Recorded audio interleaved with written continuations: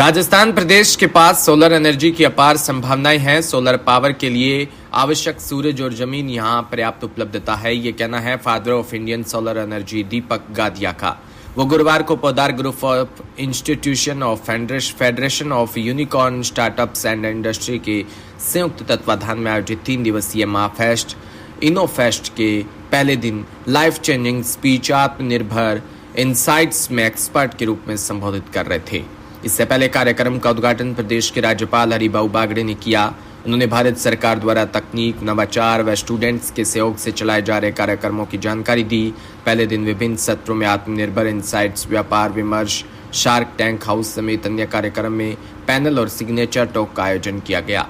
आयोजन में पहले दिन father of Indian solar energy Deepak Gadia, YouTuber Rajat Arora, MSME business forum India निदेशक रवि नंदन सिन्हा समेत बड़ी संख्या में अपने क्षेत्र की जाने मानी हस्तियां रूबरू हुए।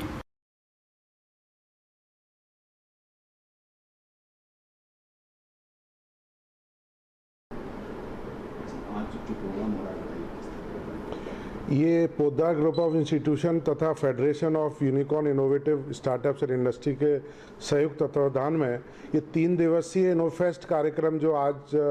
यहाँ राजस्थान इंटरनेशनल सेंटर में हो रहा है, ये अपने आप में अद्वितीय है, क्योंकि इसमें जो देश विदेश में जो इनोवेशंस हुए हैं, जो स्टार्टअप्स ने इनोवेशन किए हैं, बच्चों ने जो इनोवेशंस किए हैं, और जो शार्क टैंक में जो हमारे स्टार्टअप्स गए हैं, आज वो सारे लोग यहाँ पर आज पार्टिसिपेट कर रहे हैं। और इसमें 50 से ज़्यादा देश विदेश से स्पीकर्स आए हैं, 200 से ज़्यादा स्टार्टअप्स हैं और 50 से ज़्यादा यहाँ पर स्टॉल लगी हुई हैं, और 50 से ज़्यादा इसमें इन्वेस्टर्स आए हैं, जो वो भी देश विदेश से आए हैं, दुबई से आए हैं, यूके से आए हैं, इंडिया में अलग अलग प्रदेशों से आए हैं। तो ये अपने आप में एक अनूठा संगम है एक स्टार्टअप इकोसिस्टम को डेवलप करने के लिए, और जिसमें कि राइजिंग राजस्थान जो समिट राजस्थान सरकार दिसंबर में करा रही है, उससे इस प्री समिट से उस राइजिंग राजस्थान को काफ़ी सहयोग मिलेगा, क्योंकि इससे रोज़गार को बढ़ावा होगा, और जो स्टार्टअप्स को या इन्वेस्टर्स फंड करेंगे नए उद्योग लगाने के लिए, वो कहीं ना कहीं जो स्किल्ड मैन पावर की आवश्यकता है या जो ऐसे जो कॉम्पिटेंट एंटरप्रेन्योर की जो राजस्थान को आवश्यकता है, उसकी पूर्ति करेगा। और मेरा मानना है कि इसमें अभी भी काफ़ी हज़ारों की संख्या में स्कूल के स्टूडेंट्स और कॉलेज के स्टूडेंट्स, यूनिवर्सिटी के स्टूडेंट्स, एंटरप्रेन्योर्स आए हुए हैं, और पूरी एग्जीबिशन को भी देख रहे हैं, और सेशंस भी हमारे जो बाहर से आए हुए स्पीकर्स उनके चल रहे हैं, जिसमें सोलर एनर्जी के रेवोल्यूशन के फादर दीपक गठिया जी हैं, हमारे जो जियो सिनेमा की लाइन्स डैन प्रोग्राम है उसके प्रोड्यूसर हैं। तो इस तरह की काफ़ी बड़ी बड़ी मशहूर हस्तियाँ यहाँ पर मौजूद हैं। कौन सी चीज़ों पर डिस्कस होगा इंडस्ट्री की बात करें तो? इसमें हम लोग इस बात पे मंथन करेंगे आज की किस तरह से जो भारत है उसको 5 ट्रिलियन इकोनॉमी बनाया जा सकता है, किस तरीके से ग्रीन ट्रांजिशन हो सकता है, किस तरह की ग्रीन इंडस्ट्रीज़ लग सकती हैं, और किस तरीके से हम ये जो विकसित भारत की बात जो हमारे माननीय प्रधानमंत्री जी की जो परिकल्पना है उसको कैसे साकार किया जा सकता है, कैसे हमारे लोकल जो प्रोडक्ट है उनको ग्लोबल पहुंचाया जा सकता है, स्टार्टअप इकोसिस्टम में किस तरीके से बेनिफिट्स हो सकता है, किस तरह से जो हमारे यूनिवर्सिटीज़ में इंक्यूबेशन सेंटर हैं उसके माध्यम से बड़े उद्यमी बन सकते हैं। इन सब के ऊपर आज और कल मंथन होंगे। आश्रम में रहता हूँ, जो जैसे आपने कहा कि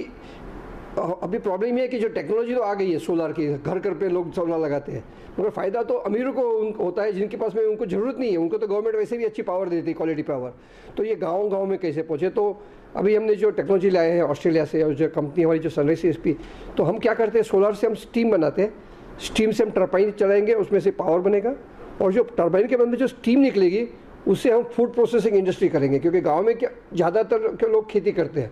तो उनको चाहिए कूलिंग के लिए एक कोल्ड स्टोरेज चाहिए, या तो उसको फूड प्रोसेसिंग के लिए हीट चाहिए।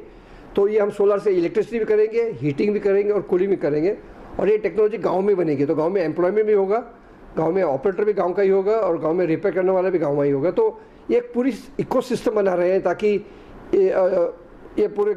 हमारे देश में, जैसे अब्दुल कलाम थे, वो हमारे आश्रम में आए थे,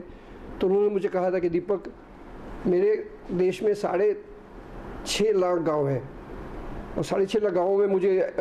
आश्रम जैसे बनाना है, मगर इतने आश्रम को तो पैसे मिल गए, डोनेशन पे किए आपने, मगर इसे बिजनेस कैसे करोगे? तो अभी ये गवर्नमेंट के सपोर्ट से, इंटरनेशनल फंडिंग अवेलेबिलिटी से और विलेजेस में लोगों को आप ट्रेन करोगे तो all this can happen at village level and actually create जो कहते हैं रियल इंडिया, जो विकसित इंडिया। चाहे आपने जो कहा कि 70% आबादी हमारी गांव में रहती है, तो उनका जो कंसेप्ट है अब्दुल कलाम था, उसका नाम था पूरा, providing urban amenities in rural area. तो अगर अब्दुल कलाम की जो विजन थी, और उन्होंने एक बुक लिखी थी इंडिया 2020, उसमें पूरा सोलर पे उन्होंने एम्फेसिस किया था। तो जो उन्होंने सोचा था अभी हम लोग कर सकते हैं, उसके लिए एक कोऑपरेशन, एक टीम वर्क की जरूरत थी, जो आप हमें यहाँ पे एक प्लेटफॉर्म मिला हुआ है। सूरतगढ़ से खबर, जहां महाराजा गंगा सिंह विश्वविद्यालय